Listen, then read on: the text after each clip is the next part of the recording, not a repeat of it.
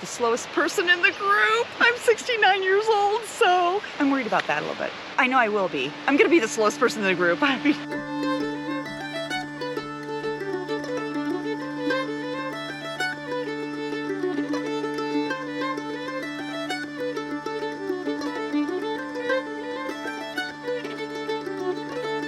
need to stop and check out this creek for a little bit.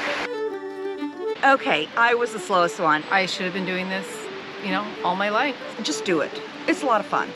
On this trip, I took 2 women from the Confident Solo Female Backpacker System, Megan and Mary, out into the Montana backcountry. Both of them were carrying fears with them, and only one of those fears would turn out to be true.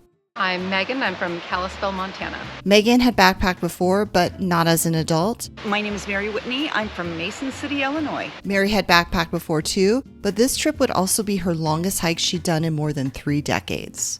Before leaving the trailhead, we were all carrying a few worries with us. 28.26. No. Oh my goodness, that's too much. That's not bad. 33.54. 33.54. So you're lightweight.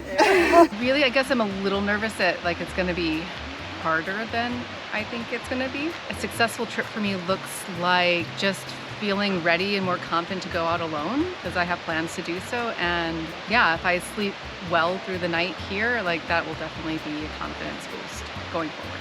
My goal for this trip is to finish the trip and not have any health issues and not be the slowest person in the group. I'm 69 years old, so I'm worried about that a little bit. I'm gonna be the slowest person in the group. At 69 years old, Mary was convinced that she'd be the slowest person on this trip. And as it turns out, she was right. My goal for the trip is make sure everyone is safe and has a good time. Before starting this trip, both of these women had fears about backpacking. Seeing a bear was one of them. But what surprised me was that neither one of these women was actually worried about encountering wildlife. They were more worried about themselves. After wearing our packs and putting our packs on, we headed up the trail for a few miles towards our camp where we would get settled in and set up our home for the next 2 nights.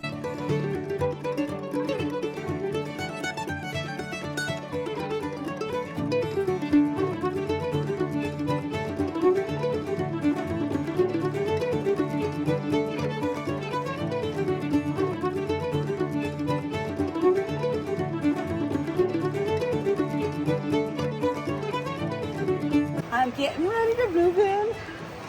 One of my favorite things about these group trips is getting to watch complete strangers help each other out.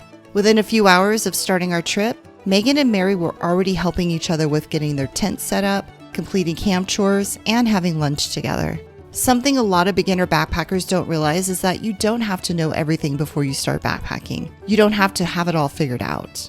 Most of us learn by doing and making a few mistakes along the way. And in order to do that, you just have to get out here and do it.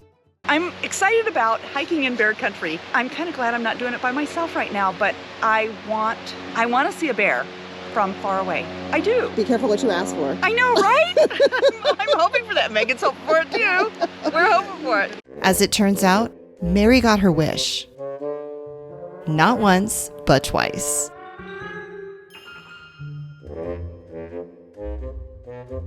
The first bear showed up just as we were leaving our camp to go on a short afternoon hike.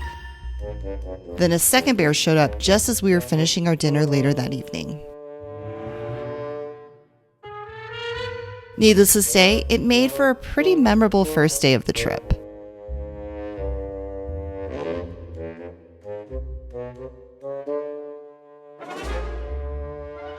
As the evening settled in and the temps started to drop, we crawled into our tents for the night. A lot of people think backpacking confidence comes from reading books, watching YouTube videos, or even buying the right gear. But I honestly think confidence is built from getting to experience moments like these. Sometimes it means doing the thing that makes you feel a little uncomfortable and realizing you're gonna be okay. But you'll never know unless you try.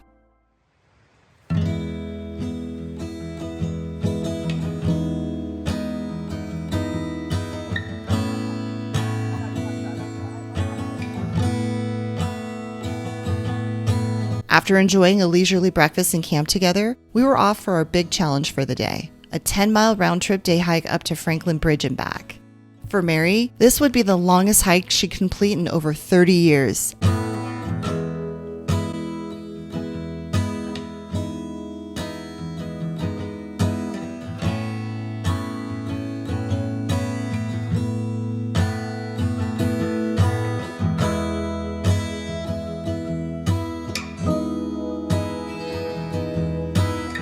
Remember how Mary said she was worried about being the slowest person in the group? Well, she was. I need to stop and check out this creek for a little bit.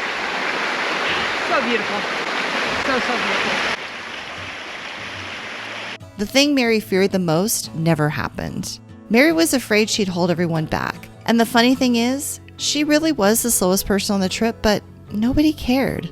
None of us were in a hurry. We were all more than happy to adjust our pace and hike together.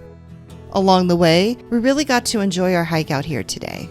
We enjoyed the views, checked out the wildflowers, sat by the creeks, and ate plenty of snacks.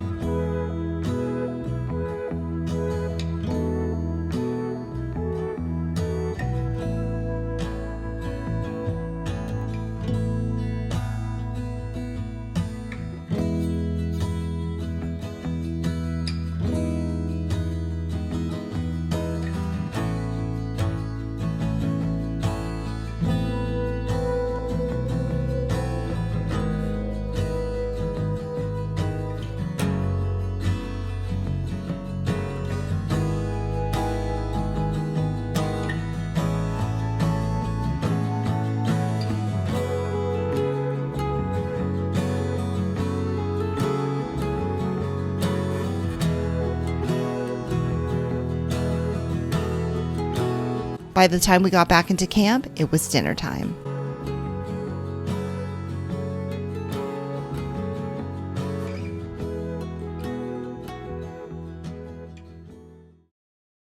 The next morning, we all decided to get up early, pack up camp, and head back to the trailhead to have breakfast in town instead of at camp. At the beginning of this trip, Megan worried that the trip would be harder than she expected. Mary worried she'd be the slowest person in the group. They both had worries about their gear, their food, and seeing bears. But after spending 3 days out on trail together, something incredible happened. The things they were most afraid of before the trip ended up being some of the least important parts of it. I had a great time. I feel like I should have been doing this all my life. It was great. You can start as big or small as you want or need, and that you can always start. There's always a place to begin. You shouldn't wait for a quote-unquote better time. Now is the time. Okay, I was the slowest one, there's no doubt. But you just have to face your fears and get out there and do it. Now, I was the slowest person. I was afraid I'd be the one that would hold everybody back. I wanted to participate, and I was determined to participate, and they stopped when I needed to stop and went slow when I needed to slow, and it was good. It was real doable. You're absolutely never too old. Grandma Gatewood hiked the Appalachian Trail at like in her 80s. So for real, you're never too old. Just start small and go as far as you can. And start when you're young, because I used to walk all the time, but I started this program when I was 67 years old, and this is my first backpacking trip with them. I wish I had done it earlier. Just do it. It's a lot of fun.